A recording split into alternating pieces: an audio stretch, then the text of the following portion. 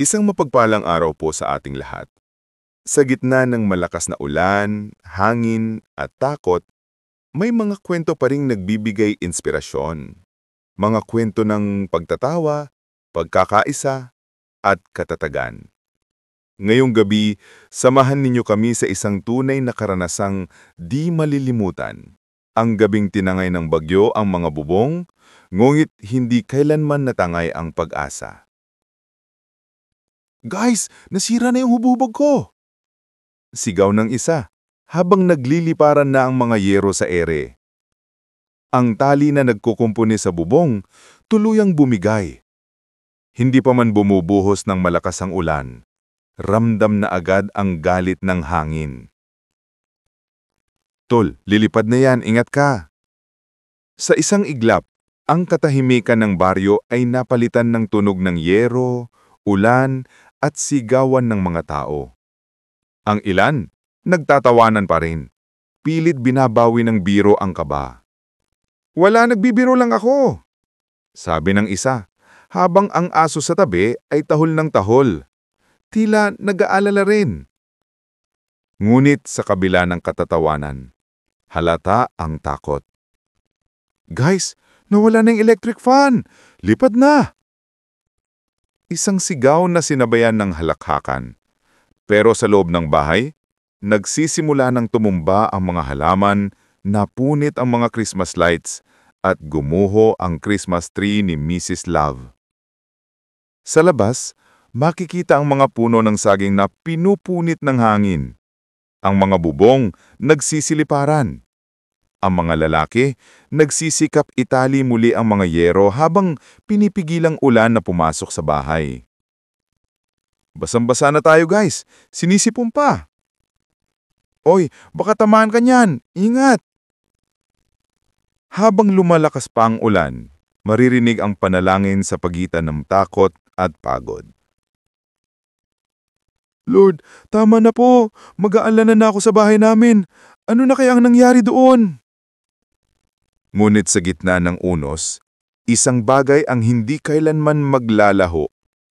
Ang tapang at pagtutulungan ng bawat Pilipino. Kahit walang bubong, kahit tumumba ang puno, kahit lumipad ang yero, nananatiling buo ang loob. Sa bawat hagupit ng hangin, may halakhak na umaalingaw-ngaw. Sa bawat patak ng ulan, may dasalan na bumubulong. At sa bawat pagkawasak ng tahanan, may pag-asang muling sisibol. Dahil sa huli, hindi ang lakas ng bagyo ang sukatan ng katatagan, kundi ang tibay ng puso ng mga taong humaharap dito. Ang mga Pilipinong marunong tumawa, magmahal, at manalig kahit sa gitna ng unos. Ito po ang katatagan sa gitna ng bagyo. Isang paalala na kahit gaano kalakas ang hangin, mas malakas pa rin ang ating pag-asa. Muli, ako po ang inyong lingkod para sa mga kwentong buhay, pag-asa at inspirasyon. Magkita-kita po tayo sa susunod na video. Ingat po tayong lahat. Isang mapagpalang araw po sa ating lahat. Sa gitna ng malakas na ulan, hangin at takot, may mga kwento pa ring nagbibigay inspirasyon. Mga kwento ng pagtatawa, pagkakaisa, at katatagan. Ngayong gabi, samahan ninyo kami sa isang tunay na karanasang di malilimutan. Ang gabing tinangay ng bagyo ang mga bubong, ngunit hindi kailanman natangay ang pag-asa. Guys, nasira na yung hububog ko! Sigaw ng isa, habang nagliliparan na ang mga yero sa ere. Ang tali na nagkukumpuni sa bubong, tuluyang bumigay. Hindi pa man bumubuhos ng malakas ang ulan, ramdam na agad ang galit ng hangin. Tol, lilipad na yan, ingat ka! Sa isang iglap, ang katahimikan ng baryo ay napalitan ng tunog ng yero, ulan, at sigawan ng mga tao. Ang ilan, nagtatawanan pa rin. Pilit binabawi ng biro ang kaba.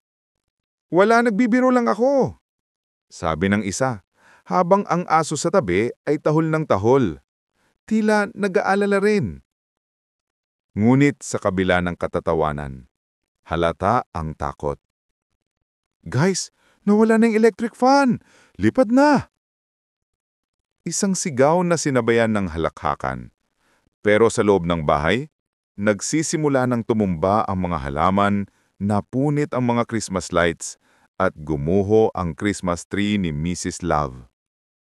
Sa labas, makikita ang mga puno ng saging na pinupunit ng hangin. Ang mga bubong nagsisiliparan. Ang mga lalaki nagsisikap itali muli ang mga yero habang pinipigilang ulan na pumasok sa bahay. Basang-basa na tayo guys, sinisipon pa. Oy, baka tamaan ka niyan, ingat! Habang lumalakas pa ang ulan, maririnig ang panalangin sa pagitan ng takot at pagod. Lord, tama na po. Mag-aalala na ako sa bahay namin. Ano na kaya ang nangyari doon? Ngunit sa gitna ng unos, isang bagay ang hindi kailanman maglalaho. Ang tapang at pagtutulungan ng bawat Pilipino. Kahit walang bubong, kahit tumumba ang puno, kahit lumipad ang yero, nananatiling buo ang loob. Sa bawat hagupit ng hangin, may halakhak na umaalingaw-ngaw. Sa bawat patak ng ulan, may dasalan na bumubulong. At sa bawat pagkawasak ng tahanan, may pag-asang muling sisibol. Dahil sa huli, hindi ang lakas ng bagyo ang sukatan ng katatagan, kundi ang tibay ng puso ng mga taong humaharap dito. Ang mga Pilipinong marunong tumawa, magmahal, at manalig kahit sa gitna ng unos. Ito po ang katatagan sa gitna ng bagyo. Isang paalala na kahit gaano kalakas ang hangin, mas malakas pa rin ang ating pag-asa. Muli, ako po ang inyong lingkod para sa mga kwentong buhay, pag-asa at inspirasyon. Magkita-kita po tayo sa susunod na video. Ingat po tayong lahat. Sa labas, makikita ang mga puno ng saging na pinupunit ng hangin. Ang mga bubong nagsisiliparan. Ang mga lalaki nagsisikap itali muli ang mga yero habang pinipigilang ulan na pumasok sa bahay. Basang-basa na tayo guys, sinisipon pa. Oy, baka tamaan ka niyan, ingat! Habang lumalakas pa ang ulan, maririnig ang panalangin sa pagitan ng takot at pagod. Lord, tama na po. Mag-aalala na ako sa bahay namin.